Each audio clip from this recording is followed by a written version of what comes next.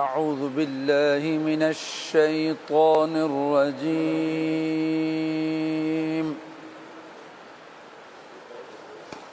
بسم الله الرحمن الرحيم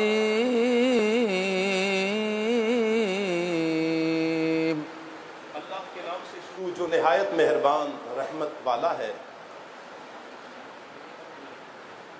ثم توليتم من بعد ذلك فلولا فضل الله عليكم ورحمته لكنتم من الخاسرين۔ آسان ترجمہ قرآن کنز العرفان۔ اس کے بعد پھر تم نے روگردانی اختیار کی تو اگر تم پر اللہ کا فضل اور اس کی رحمت نہ ہوتی تو تم نقصان اٹھانے والوں میں سے ہو جاتے۔ تفسیر تعلیم القرآن۔ پہاڑ معلق ہونے پر بنی اسرائیل نے عہد پورا کرنے کا اقرار کر لیا، لیکن اس کے بعد پھر انہوں نے عہد کی خلاف ورزی کی اور اسے پورا کرنے سے منہ پھیر لیا۔ فرمایا کہ اے بنی اسرائیل، اگر تمہیں توبہ کی توفیق دے کر اور تمہاری طرف نبیوں اور رسولوں علیہم السلام کو بھیج کر اللہ پاک تم پر اپنا فضل اور رحمت نہ فرماتا تو عہد کی خلاف ورزی کے سبب ضرور تم دنیا اور آخرت میں نقصان اٹھانے والوں میں سے ہو جاتے۔ وَلَقَدْ عَلِمْتُمُ الَّذِينَ اعْتَدَوْا مِنْكُمْ فِي السَّبْتِ فَقُلْنَا لَهُمْ كُونُوا قِرَدَةً خَاسِئِينَ۔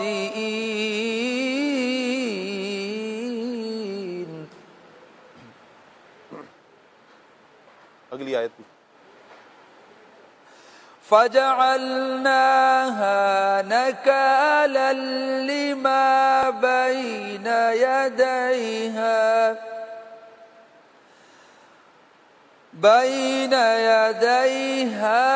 وَمَا خَلْفَهَا وَمَوْعِظَةً لِلْمُتَّقِينَ۔ آسان ترجمہ قرآن کنز العرفان۔ اور یقیناً تمہیں معلوم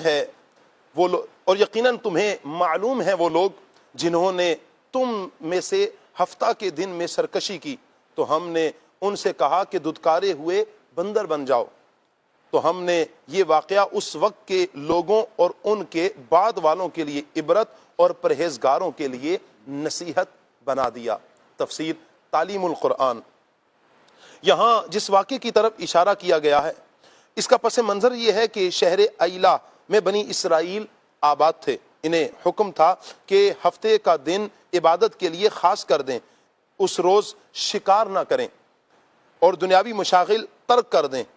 ان کے ایک گروہ نے یہ چال چلی کہ وہ جمعہ کے دن شام کے وقت دریا کے کنارے کنارے بہت سے گڑھے کھود دیتے اور ہفتہ کے دن ان گڑھوں تک نالیاں بناتے جن کے ذریعے پانی کے ساتھ آ کر مچھلیاں ان گڑھوں میں قید ہو جاتی۔ پھر اتوار کے دن انہیں نکالتے اور کہتے کہ ہم مچھلی کو پانی سے ہفتے کے دن تو نہیں نکالتے۔ یہ کہہ کر وہ اپنے دل کو تسلی دے لیتے۔ طویل عرصہ تک ان کا یہی معمول رہا، اور جب حضرت داؤد علیہ السلام کی نبوت کا زمانہ آیا تو آپ علیہ السلام نے انہیں اس طرح کرنے سے منع فرمایا اور فرمایا کہ قید کرنا ہی تو شکار ہے جو تم ہفتے کو ہی کر رہے ہو۔ جب وہ باز نہ آئے تو آپ علیہ السلام نے ان پر لعنت فرمائی اور اللہ تعالیٰ نے انہیں بندر کی شکل میں مسخ کر دیا۔ حضور اکرم صلی اللہ علیہ وسلم کے زمانے میں موجود یہودیوں میں یہ واقعہ بہت معروف تھا۔ یہاں اس کی طرف اشارہ کر کے انہیں تنبیہ کی گئی ہے۔ اہم باتیں: نمبر 1، بندر بننے کے 3 دن بعد یہ تمام لوگ ہلاک ہو گئے تھے، لہٰذا موجودہ بندر ان مسخ شدہ لوگوں کی نسل میں سے نہیں ہے۔ نمبر 2، حکم شرعی کو باطل کرنے کے لیے حیلہ کرنا